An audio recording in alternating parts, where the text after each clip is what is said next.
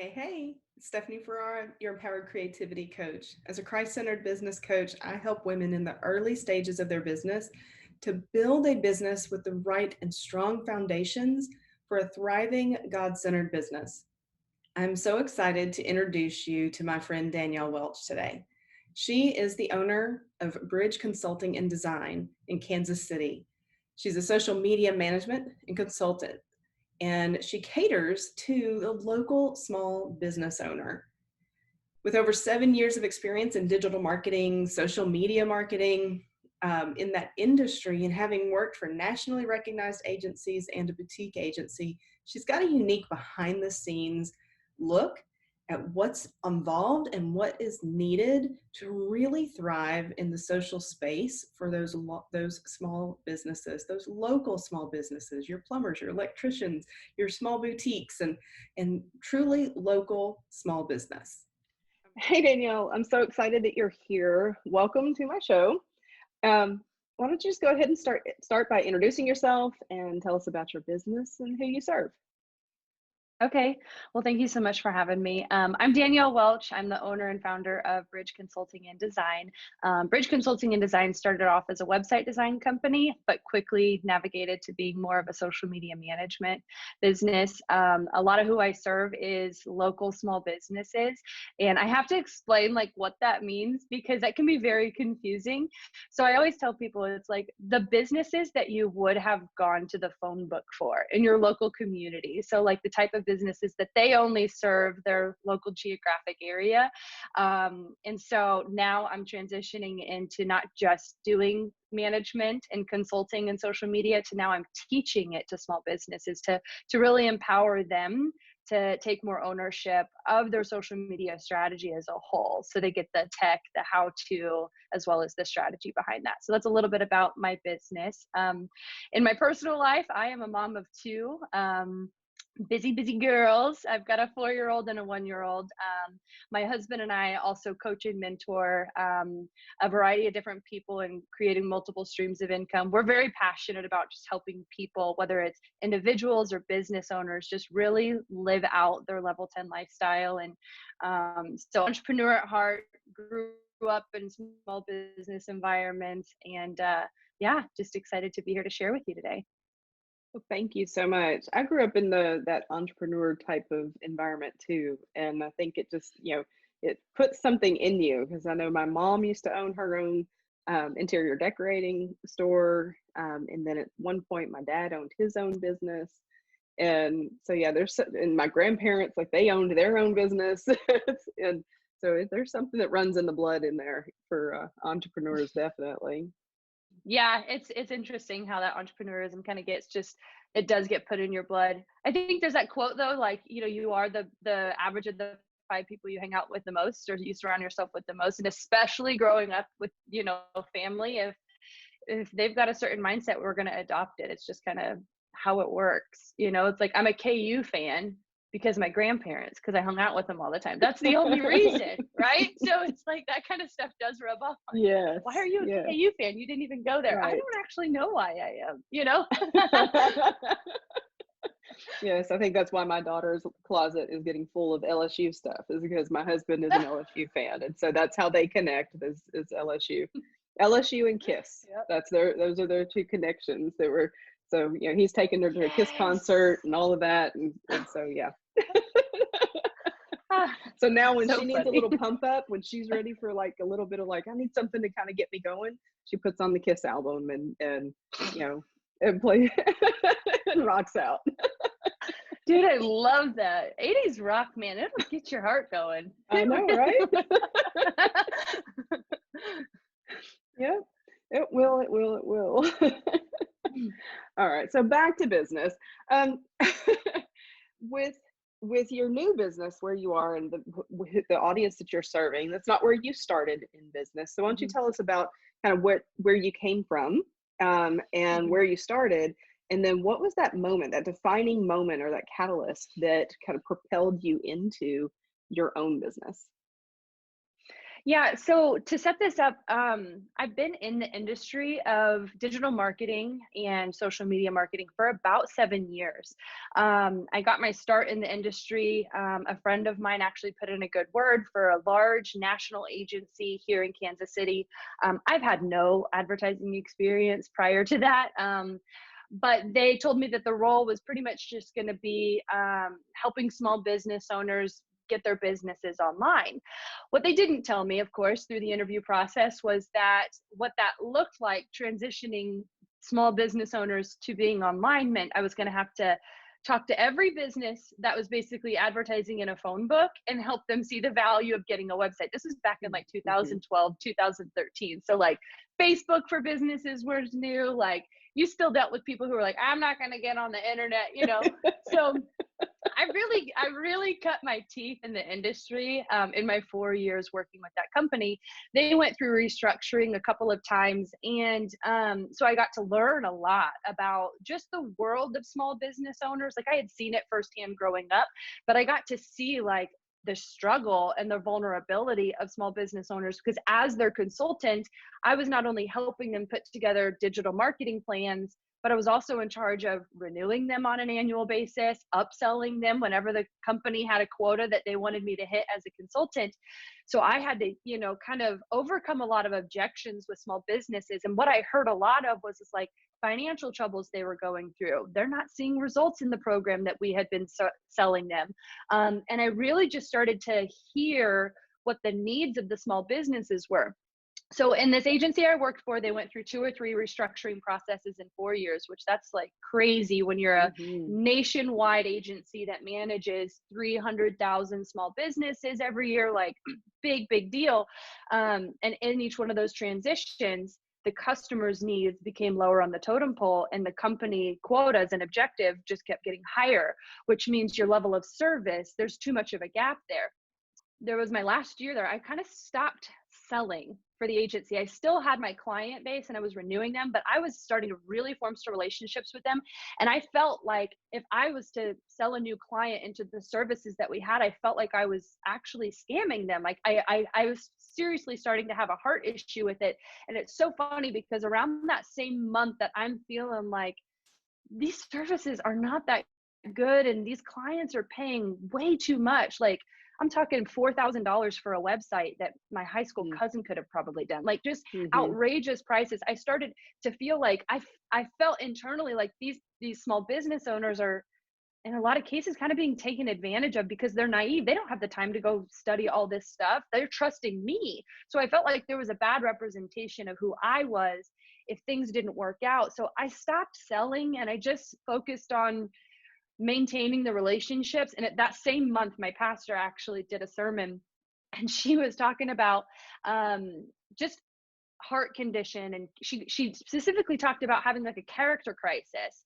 And what she explained was like, where she was like, I pray that God, you know, kind of brings a situation into your life where you have to evaluate what your true character is. Like, are you truly money motivated or whatever? Like, she never goes off on a tangent like this. So I was like, okay, Holy Spirit, like, because at my job, I was really feeling like this is not like my job task did not align with my value system at all. And I checked out like that next month or that over the next month, I checked out mentally and I was like, I'm done. Like, I love my clients, but I can't work here anymore. I didn't start looking for the jobs. I didn't open up my LinkedIn. I didn't go apply anywhere, but I just told God in my heart, I said, listen, like if I'm not supposed to be here, I need you to show me that because I've been here for 4 years. Like I had one of my children while I was working at that company. Like there was some history there and it wasn't like a great paying job, but it was enough, like kind of golden handcuff situation where it was like, no other company can pay me what I'm making here. And God is just so good because literally within a week, I get a message from a lady on LinkedIn who says, hey, I don't know if you're open to job opportunities right now, but I work for such and such agency. We're looking for an outside sales consultant. So it's the same thing I did, but in an outside role. My other role was I was in a call center from 8 to 5 p.m. I had to make 100 calls a day. Like it was crazy, nuts. So I go interview and they offer me exactly what I'm making annually, just as my base salary, and then a commission plan on top of that. So of course I'm like, yes, thank you, God. Like, absolutely. So I migrate and I move over to that company and do very well there, but still something had been stirring in me. Like, I feel like there is something else I'm supposed to be doing for small businesses. And so I started freelancing while I was working for the other agency. Just started off with websites, and about 8 months into that job, I just like was flooded with an inquiry of like websites and different things. And it was almost like this is, I think, the catalyst moment.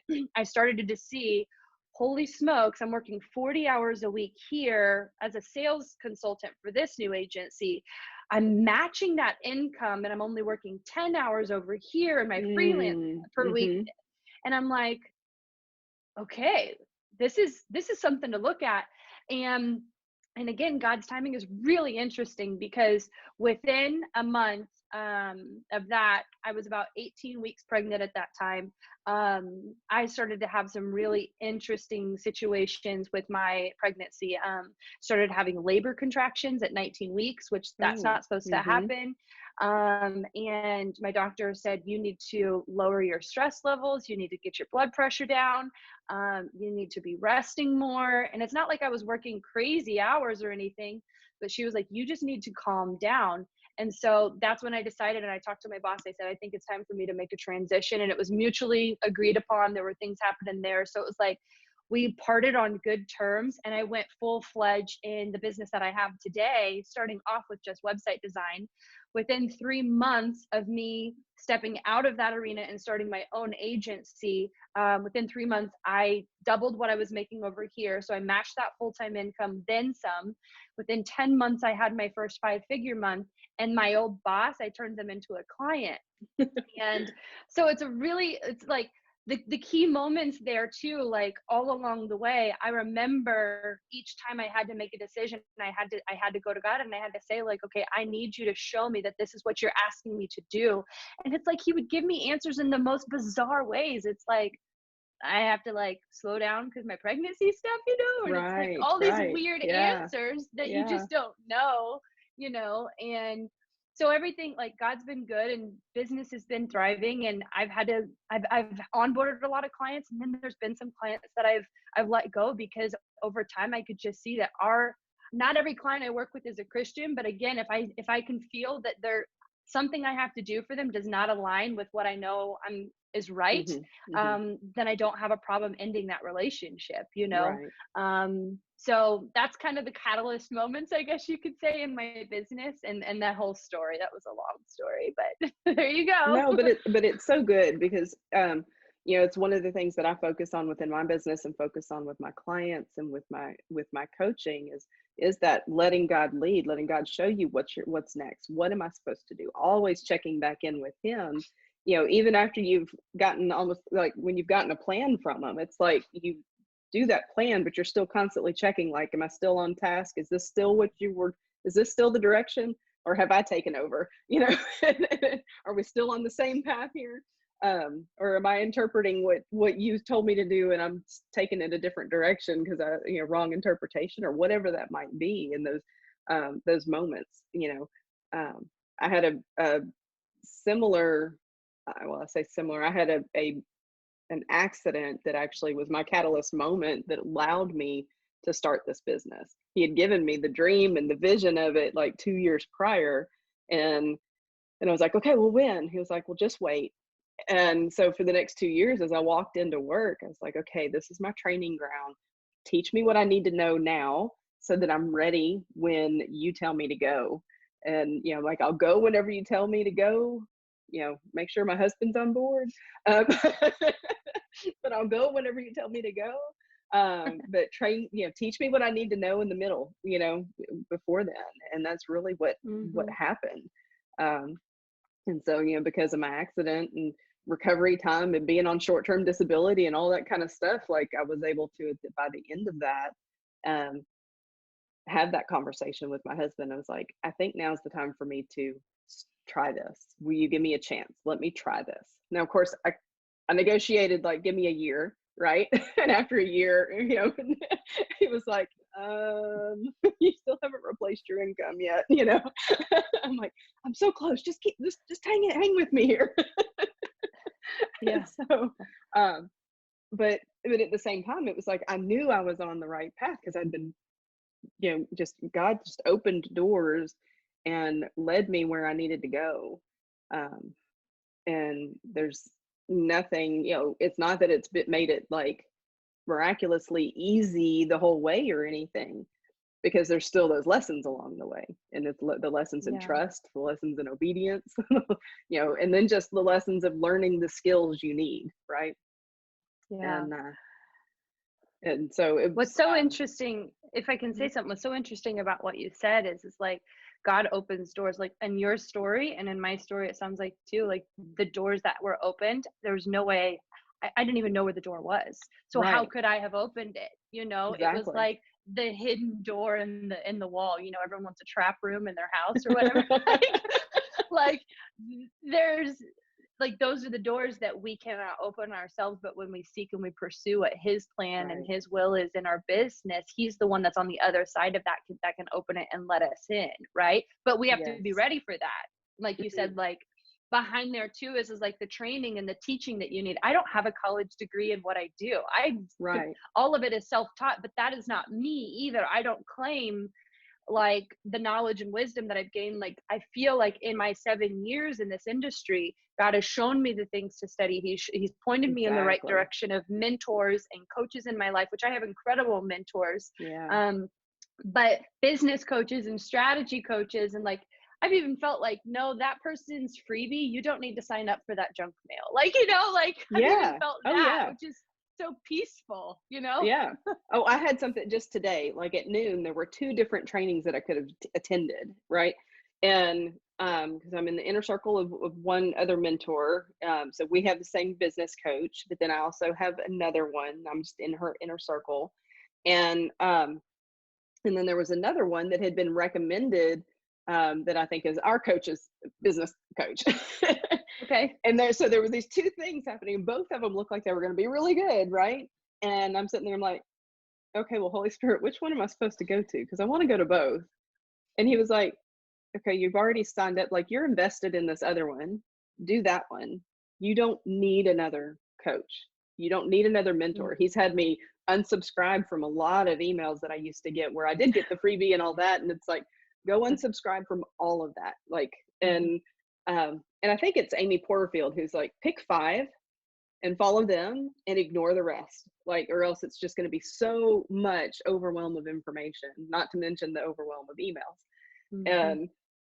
And that I think has been really key in keeping me focused as I've unsubscribed from all of those, and some of them I still get, and I may never open them, but it's like, I know one day I want it. And so I'm not going to unsubscribe yet, but I'll just delete them every time. I won't read them. I'll just delete them. And then when it's time, you'll let me know, okay, read that one. And I'll have that, like, maybe it'll be every 4 emails or something, or even every 4 months, there'll be one that's like, that's the one you need to read. And so just letting the Holy Spirit totally guide you in all of that, for me on my daily to-do list, even, Yes, I was just making mine before this call. Seriously, I was just making mine like, Lord, what do I actually need to do? Right. So it's like, I have all these things, and there are days where it's like, I have all these things. All of these are really good things. Like, I've got one right here. This is a to-do list.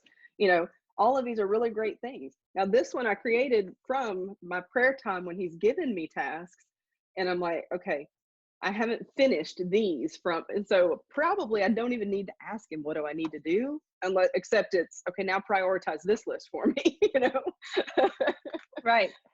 Hey, God, can you just assign the Holy Spirit to be my personal virtual assistant? Exactly. Just do all keep me on track for me. That's right. Please. Okay. That's exactly right.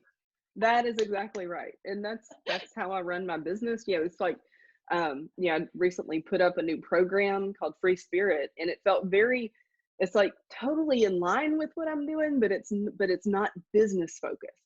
And I'm like, really? That's what but he gave it to me, and he told me how much to put on there. He told me what to do with it. he gave me the words when I went to write the sales page and everything. And but there was a purpose, and I don't know 100% what that purpose is and why it needed to be there right now. But other than when I go to pitch myself on other people's podcasts, basically I'm like, why do I need to do that now? I need to be pitching podcasts, right? And he's like, no, I want this to be there, so when they research you, it's already there. And I was like, oh. So it's like, he's not even saying like, go promote it. He's like, this isn't something you're going to go create a launch plan on, but it needs to be there. I'm like, okay, it's like informational purposes at the moment. Mm-hmm. So that's your new program specifically designed to teach people prayer, correct? Right. That's the right. Okay. So I have thoughts on that. Can I give you a word? Yeah. Okay, so I was reading through that and I was thinking how important that type of course is going to be over the next 6 to 12 months, because I believe that God is doing some amazing things and like right here on earth right now in this time, and people are starting to like pursue him more, or just start to understand like, what is he doing? Like, should I have a relationship with God, especially in like my age demographic, like the 25 to 35? Like, I was just having a conversation with a girlfriend of mine the other day. We're one of the most jaded generations when it comes to like the church because of a lot of different things. But there's a lot of people right now who are starting to like tap into their spirituality. And prayer is something that I was not taught growing up, other than like you pray at dinner, you pray before you go to bed, you pray over a meal. Like, so understanding like the power of prayer, but not only that, like there's so much to go to it. I think it's a very necessary product for this time, especially if God told you like it should just be something like if they're researching you and they happen to fall upon it, like that can absolutely be something that they didn't even know that they were looking for. So I think when I saw that the other day, I was like, yes, Awesome. queen, yes, you need that. So that's just my encouragement to you. I thought it was a great idea. Yeah. And even with that, like, because this is something that I do as part of the recovery ministry and freedom ministry at our church. And so I've had to do a lot of just my own mindset work around it, that, it's something that I've done in more of a lay pastor kind of position at church. And, but he's totally told me, take it to the marketplace, and it's needed there. And he's told me the right people will pay you to do this, and pay you for your expertise and pay to help learn it. And so it's not even really a course, it's one-on-one sessions, but you walk away from it with major tools that help you just in life in general. And that's, I think, one of the things that has kept me from pushing it out there prior is that the necessity of one-on-one to it from the beginning. And it's something that like you need to go through it and experience it, and then it's like you're ready for a course to learn all of the fundamentals and the reasons why all that stuff worked and why we did what we did in the sessions and stuff like that. And so maybe one day the course will follow. I know there are a lot of people at my church that want to learn it. So, and I've had them like, why don't you just go ahead and create an online course for it? You were going to do it in person, you can charge for it, do something. And that's people at church telling me like, I'd pay to come, There's your beta group right there. Right. Exactly. Exactly. Yes. So maybe That's one so day, awesome. but specifically for me with my business, the Lord has really shown me, as I've been trying to meld the ministry into my business, because he's told me my ministry is my business. They're one and the same. I cannot separate them. And as I've tried to meld those together and figure out how do I do that and how do I balance it and everything, he's like, Stephanie, you still lead with the business. People need the business, the fundamental business pieces of your coaching, right? They need that. And he said, that's what's going to draw them in to work with you. And then you can talk to them about me. And that's what he's told me, and then you can bring me into it. And so, it's not, and that's why I was surprised when he had me put the Free Spirit program up there, because I'm like, well, we're not leading with that, God. What do you mean put that out there? He's like, nope, but it's going to be there for the right people. Okay, I'm open. Mm-hmm. I'm open. Yep. I love what you just said about have you ever read a book or heard of a book called Evangelpreneur? No, I'll have to get that one. Okay, I haven't read it yet. But a friend of mine recommended it towards the end of last year, and it's about doing business in the marketplace and letting God lead you in it. So it's so funny about that, like what God told you about, like, just run your business and keep me a part of it, and I'll come up later in it, you know, like you'll be able to show like I'll get the glory as you just grow your business. And so here's an example of that. One of my clients, the client that I mentioned recently in the group that was like, I got to cancel and all of this stuff.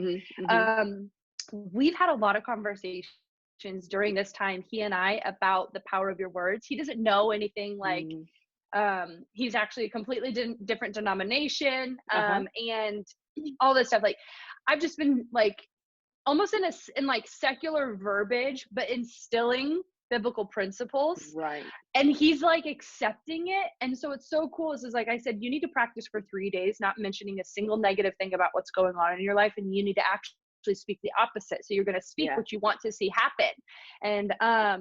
And 3 days later, the guy had landed a new virtual meeting, which basically paid his entire month's salary. And he was like, this whole positive thing works. And I'm like, it's actually called Jesus. That's but right. No, I wanted to say that, but I'm still getting to instill the truth in him. And we've been able to have conversations that are just little seeds planted, and trust is being won over. And so I know, like, the day is going to come when, because he does ask me sometimes, he's like, where do you get this stuff? And I said, Joey, you know, I'm a Christian, I'm a believer, I read the Bible, and every success principle book that you say you've read, just so you know, all of those actually are based off of the Bible. Right. You know, it's just Jesus. So anyways, it does come up that way, you know? Yeah. Right. And I'm the same way. It's like, I won't turn away, you know, somebody who isn't a Christian if they want to work with me, but they're going to know from the get-go, from any video that they watched of me, and from my website and things like that, they're going to know what they're getting when they you know, when they decide to work with me. They know, hopefully, because I'm not hiding it anywhere. They know what they're getting, and if they're okay with that and they're willing to work with me, you know, even if they don't have the same beliefs, you know, I'm still going to be able to help them. 100%. And I've even been able to do, you know, my spiritual coaching sessions with people who say they aren't believers, and things still break off and things still work, you know, it still Isn't it funny how that works? Right. Man, I love that. That's so good. Yeah, it is. So I want to ask you, while I've got you here, you know, my audience is, they're typically solopreneurs. They may be in network marketing, or they may have their own business. What kind of tips do you have? And I know I've got a few that do have more of a brick and mortar style, or small business of photography, things like that. What kind of tips would you have if you could kind of like give us just three tips of like where we really need to focus those social media efforts right now, especially during this time? Like, what do we need to be doing? What do we need to do differently that maybe we'd been able to get by without it before, and now we really need to step up our game in some certain areas? Yeah, so the biggest thing is social media usage has increased, I think, by over 50% across all platforms in the last month nationwide. So what that means to me, like as a user, is that's a lot of noise, right? But noise being comments, posts, everything. Like when you open your app, it's like there's a new thing every single second. As a business, we want to be in that mess. We need to make sure that we're consistently posting on a regular basis. And it doesn't have to be anything crazy, special, super fantastical. Like, visual content. It's just, at first, it's just about getting consistent with connecting with your audience on a daily basis. Even if you just started your business profile page, just get a post out every single day, right? And it could be, maybe just you establish that Monday is going to be, like, starting elementary is fine. Like, Monday's going to be motivation, because people need motivation right now. Maybe Tuesday is like a general tip about your industry. So if you're a laundry service company or a dry cleaner, what are some tips that you can give people maybe to be doing at home, right? So kind of adding value to them, not asking for their business, but adding value. Maybe Wednesday can be like a wacky Wednesday, or just like a fun meme or something, like just engagement content. Maybe Thursday is Thankful Thursday, you know, and it sounds very cliche, but if you're just starting to get a cycle of creating content, what that does for your business, not just from an audience engagement standpoint, but also Facebook just likes to see that you're posting consistently, right? So just number one, begin posting consistently about your business and just adding value to whoever your audience is. For brick and mortar style businesses, even network marketers, which I know is part of your audience, Facebook and Instagram, for sure. Instagram, if you're going to focus there, your visual content does need to be more appealing. I always say, like, Facebook is the best platform to be on for a business by far, but it's also a great place to kind of, you know, cut your teeth a little bit, ride the bike with the training wheels, and just kind of get used to things. So that's a great place to start your efforts, which is why I do a lot of my training on Facebook. So consistency, what was it? I just said another one, but I can't remember what I would have titled it. The other thing, okay, let's go to number three. Number three is video. I think business owners need to be doing video content like crazy, which is really scary for people. But here's the thing, like, I've seen my local coffee shop. I love this coffee shop. It is a true mom and pop shop. I mean, it is in the back corner of like a little strip mall, and this strip mall looks run down, but man, those coffee beans and lattes, oh my goodness, that's like the best $6. It's more expensive than Starbucks, but I pay for also the experience. She's been doing videos recently of like how to make your own lattes at home. She's been like, she can't do anything, right? Like, she can't serve her audience. They don't have the capacity to even do to-go orders, but she's just been showing up by video. But guess who loves it? Her loyal customers, right? And they're gonna be so glad that she's still there, and so glad that you know, she stayed connected. They're gonna know, okay, this one survived, right? This when we open back up and people can go back in and they can go get their coffee, they can go get their latte. They're gonna know because she's there. Where I know that there are gonna be a lot of businesses that who those loyal customers are gonna be wondering, like, okay, well, they kind of disappeared through all of this. Are they even open? Like, like, are they coming back? Oh my gosh, that is the thing too. Like, you just reminded me, for some reason, one of my clients, Google marked their business on Google Maps as temporarily closed because this business is not essential. The business did not market that. Yeah, so Google automatically did that. So that's the thing too. If somebody sees that, and then you're not posting on your social media page, which is where people are spending most of their time, what are people left to assume? You're not open. So they're going to go find somebody else, right? So yeah, so showing up consistently, getting in front of the camera for video. I know that was number 2/number 3. It really is. It's just taking action. Our coach talks about this all the time. Like, don't worry how it looks, just take action. That's a big thing too. And engage with people.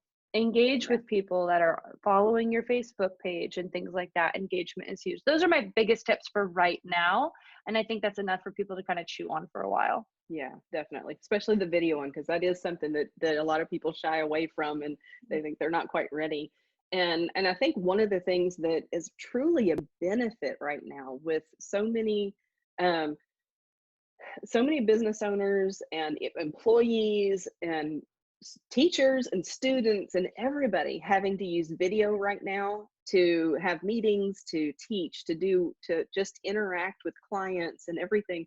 everybody's gone to video, whether you're using Google Meet or you're using FaceTime or you're using anything, even, doctors using FaceTime and all of that kind of stuff. Like everybody is having to go to video.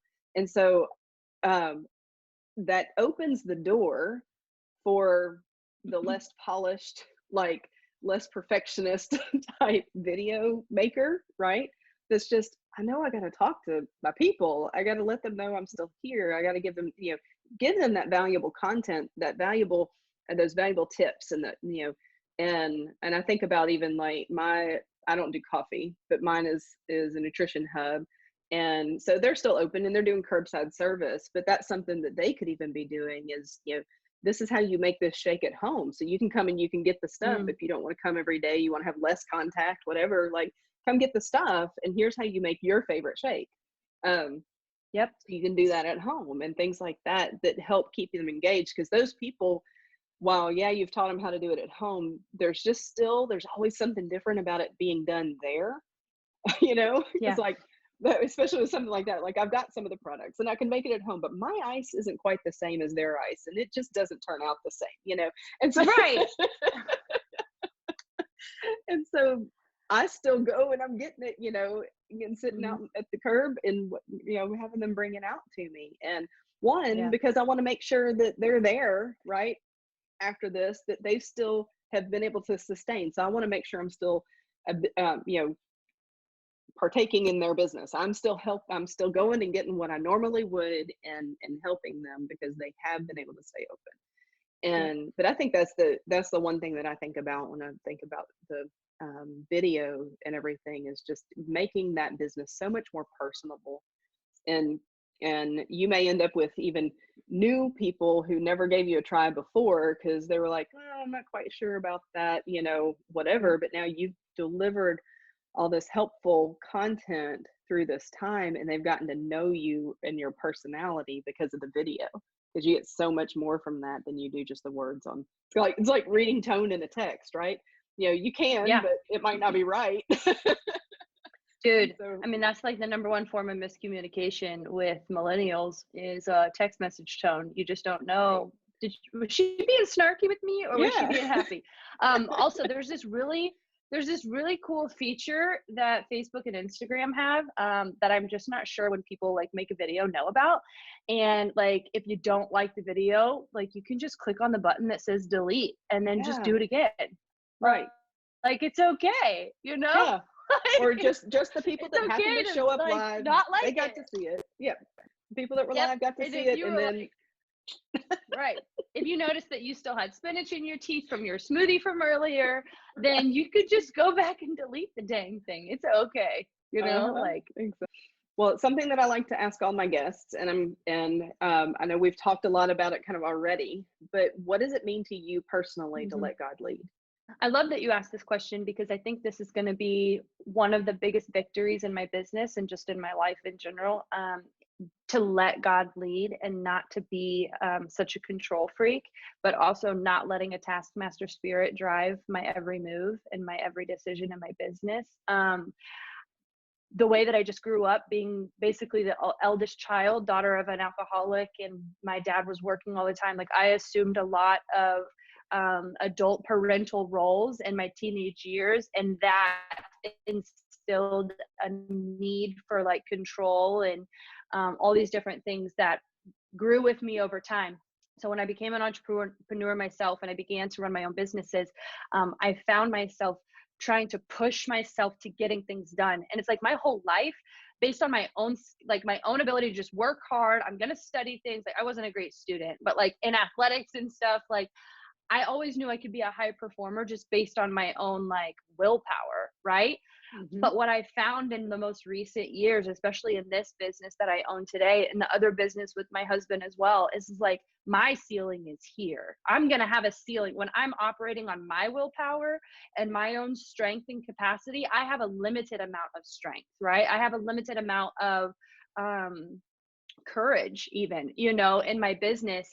And so I'm only going to ever be able to operate here. When I learned to take that lid off and what that lid was I had to let go of my pride in my business and saying like, this business is for me to prove a point. Like I had to let all of those things go in order for God to come in and say, okay, my daughter, like I can now take you where there is no limits, right? And I can be your promoter. You do not have to promote yourself. Like you want to throw $500 at Facebook ads, honey, how about you just do 100 and you just let me lead you, you know, like he's able to be my ultimate promoter. And so letting him lead me is I had to stop making decisions honestly based off of my emotion in the moment, because I was a very reactive person.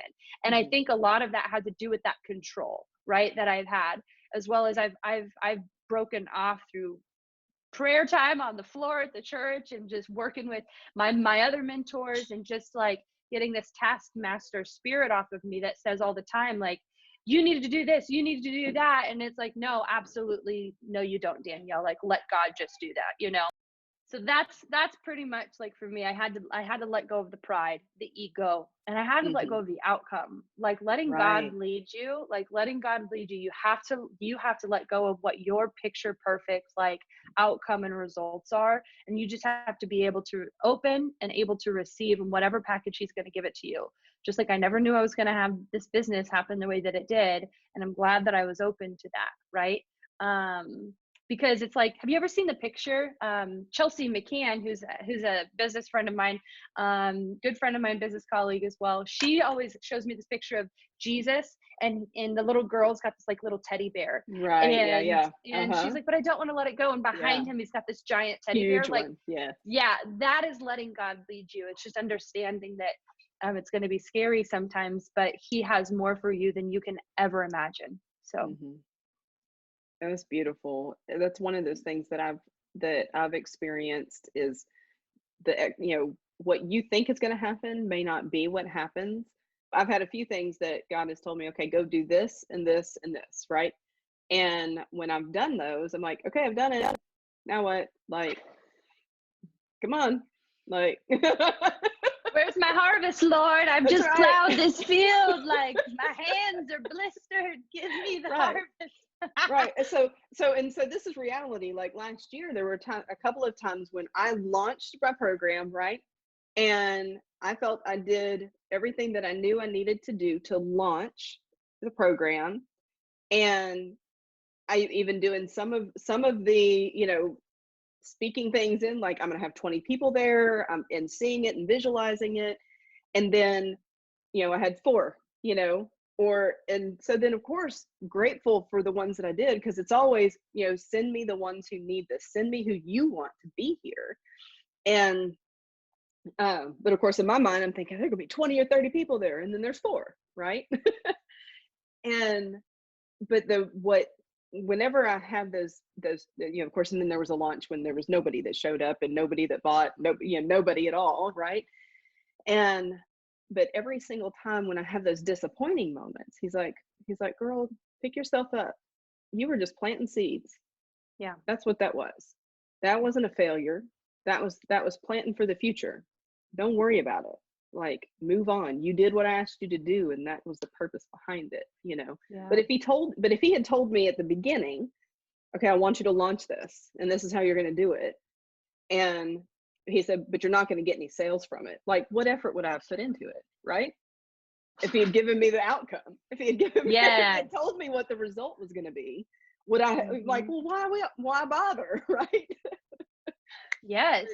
But giving me the direction and my obedience, he's going to bless that obedience, even if it wasn't like the blessing that I think it was. And that is what I've seen over this last year, especially. As those seeds that I planted a year and a half ago, even they're starting to finally break through, and I can see the benefit of doing those things now. Whereas in the moment, I was like, why did you even have me do that? And there was one thing last summer, like he had me join my local chamber of commerce last summer. And I'm like, my business is online. Why do I need to have that local connection? He's like, because networking is networking, He's like, and he had an urgency to it. Like, you need to do it with this month and have your grand opening and all of that. And So I did that, and I'm like, and then I'm sitting there and I'm like, okay, I didn't get any business from that. Like, looking at that last summer, just within the month or two of when I did it, when it was promoted and all that kind of stuff. I'm like, why did I do that? And he's like, it's more seeds. Just trust me, please. Like,